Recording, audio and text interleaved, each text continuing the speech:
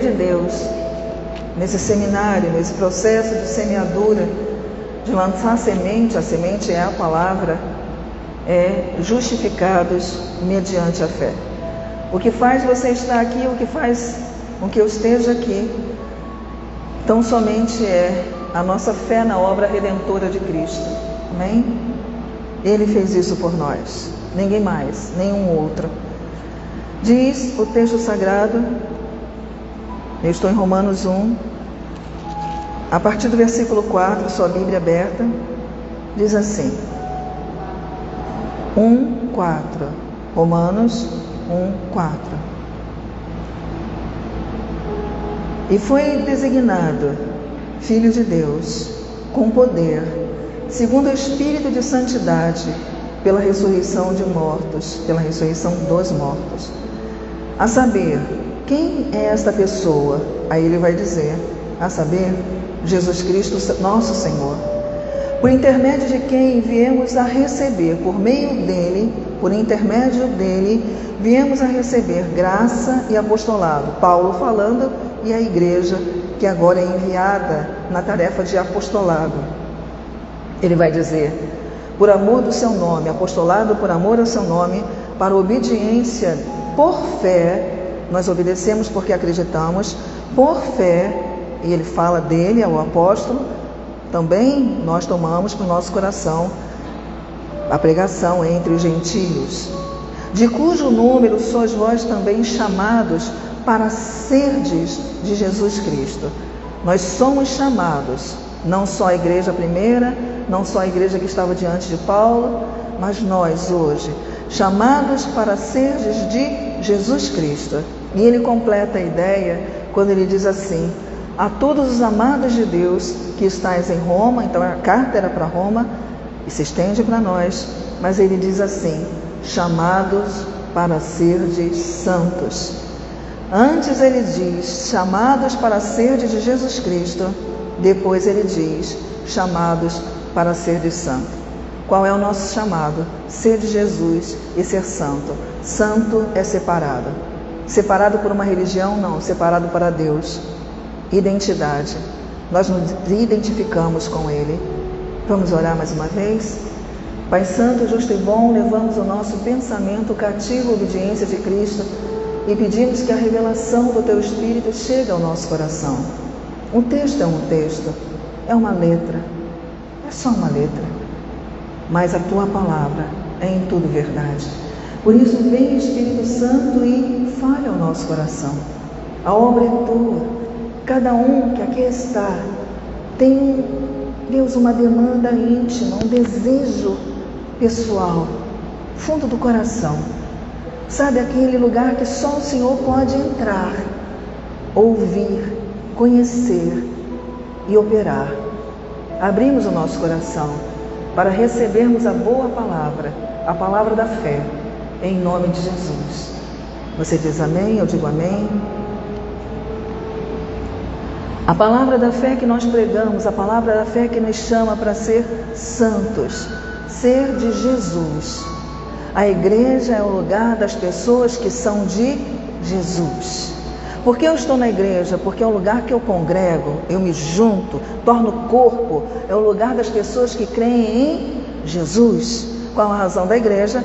Reunir pessoas que acreditam em Jesus. E quem são essas pessoas que acreditam em Jesus? As pessoas que são chamadas para serem de Jesus e chamadas para serem santas. Santo é separado.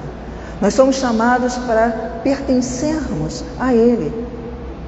Será que nós entendemos esse chamamento e essa vocação de verdade? Pertencer a alguém. Você já pertenceu a alguém? Você já se sentiu pertencendo a alguém? Quando é que eu pertenço a alguém? É um sentimento muito próprio da criança. A criança é tão cuidada, tão velada, tão olhada. Ela sente que ela pertence àquele pai e àquela mãe. E o pai e a mãe entendem, eu tomo conta de você, você é meu filho, você é minha filha. Ele se sente pertencendo. E nós pertencemos a quem? A quem você pertence? Você se sente pertencendo a Deus? Você sabe que você pertence a Ele. E por isso, porque você é dele, ninguém pode tocar em você, judiar de você, maltratar você. Entenda bem. Você vai dizer, quer dizer então que eu não tenho problemas porque eu sou de Jesus? Não, não é isso. É que nos problemas, antes dos problemas chegarem a mim ou a você, tem alguém que cuida deles. Alguém que é maior que eles. Não é assim com o papai e a mamãe? Filho lá, né, dificuldade, mas tem o papai e a mamãe que estão mediando. O problema não chega direto na criança. O pai e a mãe estão ali mediando. Existe um Deus que cuida de nós. Existe um problema, existe, mas existe um mediador eficaz. Ele cuida de nós. Pertencemos a Ele. Um outro texto que também está na sua apostila, a apostila que você vai receber logo após o culto, Tito 2, sabemos bem, precisamos dessa base. Lembre-se que nós estamos reforçando as nossas bases. Tito, capítulo 2, diz assim a palavra do nosso Deus. Quando eu entendo que pertenço e faço parte de um povo que é dele, exclusivamente seu, zeloso de boas obras, eu entendo que a minha vida vai muito além, muito além de tudo aquilo que a minha cabeça pode desejar, pensar. Por vezes eu faço planos para a minha vida espiritual e digo assim, não, agora que eu sou de Jesus, eu vou fazer tudo certinho e eu vou ser assim. Mas falta entender que o plano que Deus tem para nós, para você, para mim, são planos mais altos. A nossa mente não tem como entender. Nós não conseguimos entender, nós só conseguimos acreditar. Como é que Deus vai me tirar desse lugar e me colocar naquele outro? Como é que Deus vai... Não dá para planejar isto, porque o plano não é nosso. O plano é daquele que possui a nossa vida, do nosso possuidor. Amém? O que eu tenho que fazer? Eu tenho que acreditar. Esse é o meu lugar. O meu lugar é acreditar. E quando o mundo consegue desviar a minha atenção, porque a palavra diz, olhando firmemente para o autor e consumador da minha fé. Quando o mundo consegue desviar a minha atenção, eu começo a descair na fé. E este é o grande problema. Eu começo a achar, não é bem assim. É fácil para você falar, para você é muito fácil falar. Mas na realidade, sabe, aqui no chão, na dureza da vida, do dia a dia, isso não acontece assim. Eu deixei de viver pela fé. Não é fácil, nunca foi fácil. Mas eu tenho duas formas de enfrentar o mesmo problema: pela fé ou pela lógica do mundo que jaz em trevas. Um mundo que não tem esperança, um mundo que não acredita. Justiça, equidade, valores morais já estão, o mundo está assim. Eu posso enfrentar a vida descaindo, ou eu posso enfrentar a vida avançando. A palavra diz que nós não somos daqueles que retrocedem. Não somos. Nós avançamos para a conservação. Não caímos na perdição. Não voltamos a perder. Nós avançamos. Você crê em tudo aquilo que Deus prometeu para você? Apesar da sua idade, apesar do seu sexo, apesar da sua cor, apesar do seu dinheiro, apesar da casa que você mora, apesar do carro que você tem, você acredita na promessa de Deus para a sua vida? Porque isso é viver por fé. E quem anda por fé não anda por aquilo que está vendo, anda por aquilo que crê. Eu creio na bondade de Deus, eu creio que Ele me ama. E Ele não me ama porque eu sou bonzinho. Não houve salvação mediada por nossa bondade, estabelecida por nossa dignidade. Foi por graça. Amém? Mas se Ele me amou por quê e para quê? Porque Deus ama você. Porque Deus me ama. Só para dizer, olha, eu sou Deus e amo você. Não. Ele me ama para cuidar de mim. Ele me ama para se envolver, se preocupar. me ensinar, me consolar, me conduzir. Isso é amor. Amém? Aí ele diz que tem um povo que é seu. Diz assim, Tito 2, 11 ao 14 diz: porquanto a graça de Deus se manifestou, é um texto básico, a gente não se afasta disso. Porquanto a graça de Deus se manifestou salvadora, justificação, graça, salvadora graça, se manifestou salvadora a todos os homens, educando-nos, ela ensina. Veja que todo chamamento Jesus chama e diz: aprendei de mim, que sou o quê? Manso, humilde de coração, é ensino. E ele diz: a graça educa, a graça ensina. Aleluia, pela graça de Deus, educando-nos para que, renegadas a impiedade e as paixões mundanas, vivamos no presente século, e é o século que nós estamos, um século que está em trevas, um mundo que jaz no maligno, essa é a definição para o mundo, mas neste mundo, educado pela palavra de Deus, ele diz assim: para que vivamos no presente século, sensata, justa e piedosamente, aguardando o que nós esperamos. O que a igreja espera? Trocar o carro no fim do mês? Não. Isso é consequência de uma vida de trabalho, dedicação, de fidelidade. Deus honra os que honram, quem planta colhe, é natural. Amém?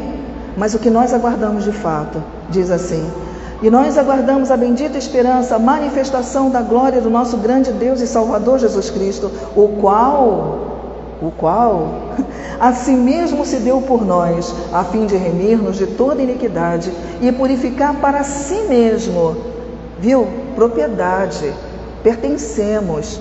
Não é só ter uma carteirinha de membros da igreja, eu pertenço a Ele.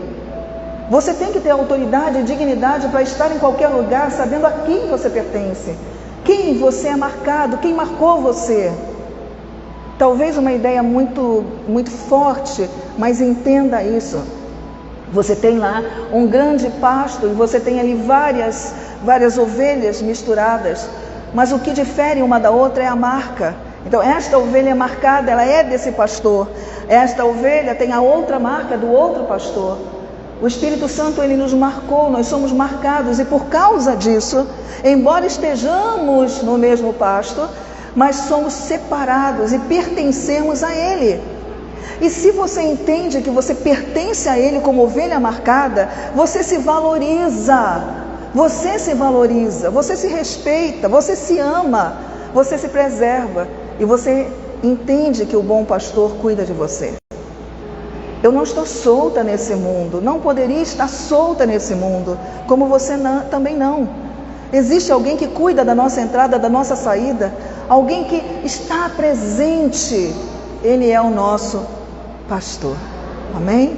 Então ele diz: povo de propriedade exclusiva, a fim de purificar para si mesmo, um povo exclusivamente seu. Esse povo que é dele, nós somos o quê? O povo é zeloso de boas obras. Amém? Próximo texto está pertinho daí, 1 Pedro 2, 9. Eu preciso dele como base, e eu sei que você sabe, e quero só que você lembre. 1 Pedro 2, 9 diz assim, você tem na apostila, amém? Eu vou fazer a leitura para que a gente consiga fazer tudo dentro do nosso tempo. Vós, porém, sois raça eleita, lembra? Olha isso.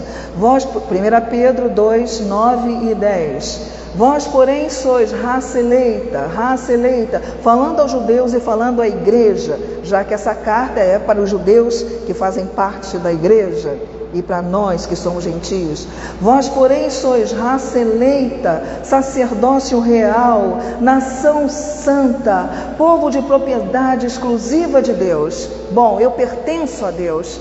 Qual o propósito de pertencer a Deus? Qual a razão de pertencer a Deus? Mais uma vez o Espírito Santo confirma coisas espirituais com espirituais, quando ele vai dizer: uma nação santa de propriedade exclusiva de Deus, a fim de proclamar as virtudes daquele. Qual o propósito? Falar que ele é bom, proclamar as virtudes. Virtudes de quem? Dele. Por isso que eu não me envergonho do Evangelho. Eu não tenho vergonha se o pastor A, B, se a pastora A, B, se o missionário fez coisas, porque eu não proclamo a virtude do pastor A nem do pastor B. Eu proclamo as virtudes daquele que me resgatou das trevas. Amém? É impossível que você seja tocado por uma pessoa boa, que você passe por um bom médico, que você passe por um bom profissional, que você passe por um advogado bom e que você não proclame que aquela pessoa é boa. É impossível, a não ser que você seja muito ingrato. Mas caso não seja, você vai falar que aquela pessoa é boa. E é impossível você ter passado por Jesus Cristo e não proclamar as virtudes daquele que tirou das trevas e que trouxe para a sua maravilhosa luz. Isso é igreja. Essa é a razão de estarmos aqui. Amém? Então ele vai dizer, olha, mais uma vez ele diz: vocês que antes não eram, agora sois povo, agora sois povo de Deus. Vocês alcançaram misericórdia. Aleluias. Abra sua Bíblia agora em Romanos 8, e aí a gente vai acelerar um pouquinho. Agora é Bíblia mesmo. Romanos 8. Justificados pela fé em Jesus Cristo, temos paz com Deus, vivemos em novidade de vida. E essa é a razão de pregarmos o Evangelho, que se você tem paz com Deus, todas as outras coisas, elas acontecem. Está bem com Deus, janelas dos céus se abrem, a graça de Deus se derrama. Romanos 8, podemos? Romanos 8,4 vai dizer: a fim de que o preceito da lei se cumprisse em nós, que não andamos segundo a carne, fomos justificados. E eu quero que você leia depois o texto, só vamos adiantar a partir do 4. A fim de que o preceito da lei se cumprisse em nós, que não andamos segundo a carne, mas segundo o Espírito. Quem foi justificado, quem passou pela justiça do sangue, agora tem uma nova vida, justificado. Ele diz, não andamos segundo a carne. Andamos na direção de quem? Somos guiados por quem? Percebe a gravidade do que nós estamos dizendo? Nós estamos dizendo que somos um povo de propriedade exclusiva de Deus, que é guiado pelo Espírito, pessoa, Espírito, letra maiúscula, Espírito Santo. Aleluia.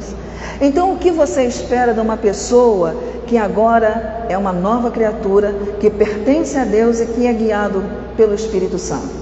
Pensa aí, pensa na sua cabeça. O que você espera então de um crente? Não é? Um crente, ele é uma pessoa que é uma nova criatura, que é propriedade exclusiva de Deus, que tem o Espírito Santo e que é guiado por Ele. O que você espera dessa pessoa? É isso que as pessoas esperam de nós. Exatamente o que você espera das pessoas é o que elas esperam de nós, como igreja. Elas esperam encontrar fidelidade, justiça, amor, verdade. Elas esperam encontrar em nós o que Paulo diz: não mais vivo eu, Cristo vive em mim. E você vai dizer assim, mas ser cristão e manifestar o amor de Deus é tão difícil? Não. É só você viver o que você experimentou da parte de Deus. Eu não preciso inventar um amor. Eu não preciso criar um amor, ser uma caricatura amorosa, né? Oh, como ela é boazinha. Não. Eu só preciso ser como Cristo. A justiça de Deus. A justiça de Deus que ama, que amou primeiro. A justiça de Deus que perdoa. A justiça de Deus que não deixa. A Bíblia diz que quando ele foi ultrajado e humilhado, ele não devolveu isso. Isso é justiça de Cristo. Amém? Isso é viver e aprender a fazer isso. Mas na hora de ser justo, ele foi. Aqui não é lugar de vender. E ele entrou e ele agiu. Ei, Maria, acabou. Ela chega para Jesus e diz, acabou o vinho. Ei, o que eu tenho com você antes do tempo? Entende? Ser cristão é ser reto. Sim para sim e não para não. Não é um menino agitado com qualquer vento de doutrina. Então é assim agora, então assim eu vou fazer. Não. Você tem um discernimento do Espírito. Você é guiado pelo Espírito. Lembra do Espírito com letra maiúscula? É o Espírito Santo. E ele guia toda verdade. Louvado seja Deus por isso. E ele continua, olha isso. a fim de que o preceito da lei se cumprisse em nós, que não andamos mais segundo a carne, mas segundo o Espírito. Porque os que se inclinam para a carne pensam nas coisas da carne, mas os que se inclinam para o Espírito pensam nas coisas do Espírito. Porque o pendor, a inclinação da carne é para a morte, mas a do Espírito é para a vida e paz. Aleluia. Quem se inclina para as coisas do Espírito encontra vida e paz. Se a palavra de Deus não é mentirosa, se isso aqui é verdade, é isso que deve acontecer. Amém?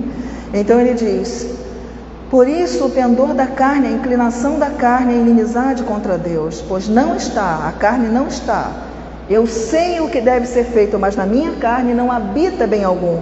Se eu me inclino para ela, eu vou ficar muito irada, muito zangada, muito magoada, muito descontrolada, porque na minha carne, e eu não posso tirar daqui, ela está aqui, então eu não tiro, eu faço morrer. O meu desejo, a minha paixão, a minha inclinação, eu faço morrer. Qual seria o seu desejo agora? Chegar lá e falar tudo, e brigar, e reclamar, e gritar, e você faz morrer esse desejo, porque você tem domínio próprio, porque o domínio próprio é fruto do Espírito. É fazer morrer, não é? Fazer morrer a minha vida? Não. A inclinação para a carne. O que eu faço morrer? A minha inclinação para as obras da carne. Eu digo não. É só isso, eu não deixei de estar no mundo, eu não deixei de entrar e de sair, eu não deixei de viver. Eu só fiz morrer a minha inclinação para as obras da carne.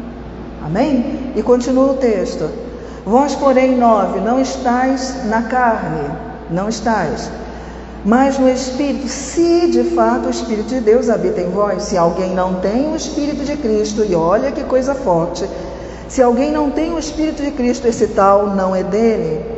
Aleluia. Se porém Cristo está em vós, o corpo na verdade está morto, é verdade, está aqui as coisas que eu não gostaria, mas por causa do pecado, mas o Espírito de Deus é vida. Eu sei que na minha carne eu tenho dificuldades, mas a vida de Deus em mim, a vida do Espírito Santo me garante qualidade. Aí ele diz no 11, se habita em vós o Espírito daquele que ressuscitou a Jesus dentre os mortos, esse mesmo que ressuscitou a Jesus Cristo dentre os mortos, também vai trazer vida, ele vai vivificar o nosso corpo. Amém? Ele trouxe Jesus da morte, ele trouxe Jesus, ele fez Jesus ressuscitar para uma vida nova. Da mesma forma o Espírito de Deus fez isso conosco. Amém? Eu reconheço as inclinações da minha carne, mas eu digo, eu não sou carnal. Eu não sou. Eu vou lutar contra o meu orgulho? Vou. Contra a minha pedância? Vou. Contra a minha arrogância? Vou. Contra o meu medo? Contra as minhas fobias? Contra a minha depressão? Eu vou lutar? Vou. Está tudo isso aqui, ó. Está aqui. Não está longe, não. Está aqui. Eu luto. Mas se eu me inclino para as coisas do Espírito, o próprio Espírito me faz vencer. Amém? Não vai dar tempo para a gente encerrar, então a gente continua aqui ainda no 8. Você vai entender quando você estiver com a apostila na mão, tá? Mas continua aqui no 8, já que a gente falou desse poder. Diz assim no versículo 31, Romanos 8, 31. Quando você receber a sua apostila, você faz a leitura de todo o estudo. Romanos 8, 31, ele é tudo, não é? Todo. Podemos?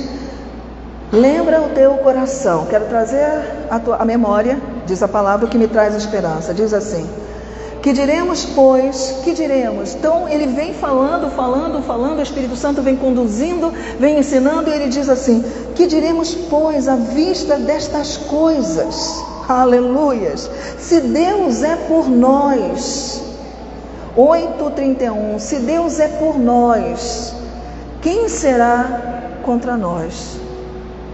Quem é maior que Deus? E se Deus é por você, e se você é guiado pelo Espírito, você vive para Deus, quem vai vencer? Ou quem poderá impedir a vontade de Deus? Se Deus é por mim, e Ele é, quem será contra mim? Se Ele é por você, quem será? É esta a nossa força. A nossa força não está no grito, não está no berro, não está no discurso pronto, é no dia a dia, quando eu olho e sei, Deus é por mim. Deus é por mim diante da injustiça. Deus é por mim diante da minha fragilidade. Deus é por mim diante da frustração. Deus é por mim. E ele diz, que diremos, pois, à vista destas coisas, se ele nos chamou, se ele nos amou, o que nós podemos dizer? Aquele que não poupou o seu próprio filho, antes por nós entregou, lembra? Ele entregou, aleluias, por todos nós. Porventura não nos dará graciosamente, por graça, não nos dará graciosamente por ele todas as coisas? Percebe que nele nós temos todas as coisas. O que está dificultando alcançar todas as coisas que Deus deu para a gente? Você acredita que Deus te deu todas as coisas e que elas estão em Cristo? E ele diz assim, olha, vocês não têm alegria completa. Por quê? Porque vocês não têm pedido em meu nome, mas pedi e recebereis. Todas as coisas já foram dadas graciosamente. Então quando eu olho para a minha vida, eu vejo que a coisa não está andando. Eu não culpo a Deus. Eu não culpo a minha família, eu não culpo o Estado, eu não culpo a política. Eu olho para o meu coração e digo, eu não estou pedindo. Porque todo aquele que pede, recebe. Porque todo aquele que procura, encontra. Eu não estou pedindo, eu não estou procurando. Ah, e se eu não procurar? Eu não vou achar. O reino de Deus é tomado. Tem um esforço da minha parte. Ele fez, ele abriu um novo e vivo caminho. O que eu faço agora? Eu entro por esse caminho. Amém? Mas ele continua, vamos chegar. Ele diz então no 35, quem nos separará do amor de Cristo? Será a tribulação. E aí o Espírito Santo pergunta ao seu coração. Ele trouxe você para questionar aí o seu coração. E ele diz, o que vai separar você do amor de Deus? Do amor de Cristo?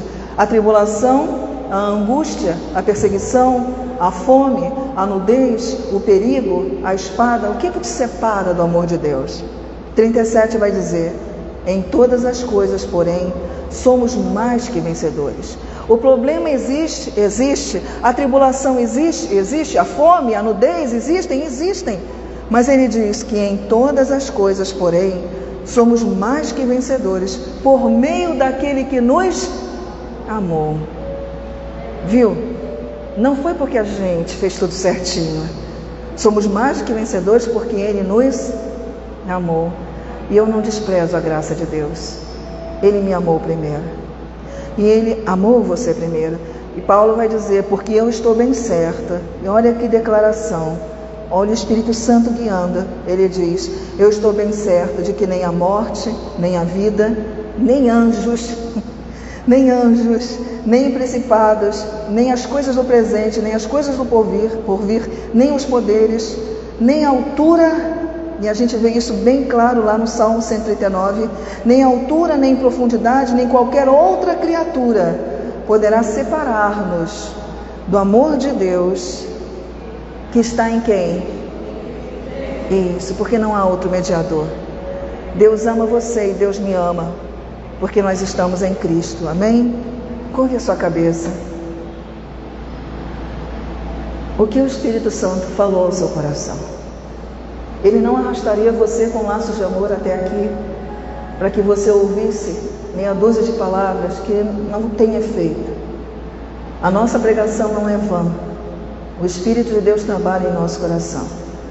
E a pergunta que ele faz a você, o que você leva daqui agora? O que você é capaz de levar agora? Da presença de Deus, da palavra de Deus, da eficaz palavra de Deus, o que você leva agora? O que eu creio é que nada pode me separar desse amor, que nada pode me tirar da presença de um Deus que me ama, e eu só estou na presença de Deus porque Ele me amou primeiro.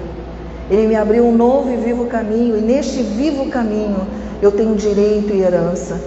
Não fui colocado, e você também não, neste mundo como cauda. Ele nos colocou por cima e não por baixo. Parece muito, mas entenda, é o direito e a herança. Deus não é injusto, Ele é justo em todo o seu agir. O que Deus preparou para você Se você crer, porque o justo vive pela fé, vai acontecer.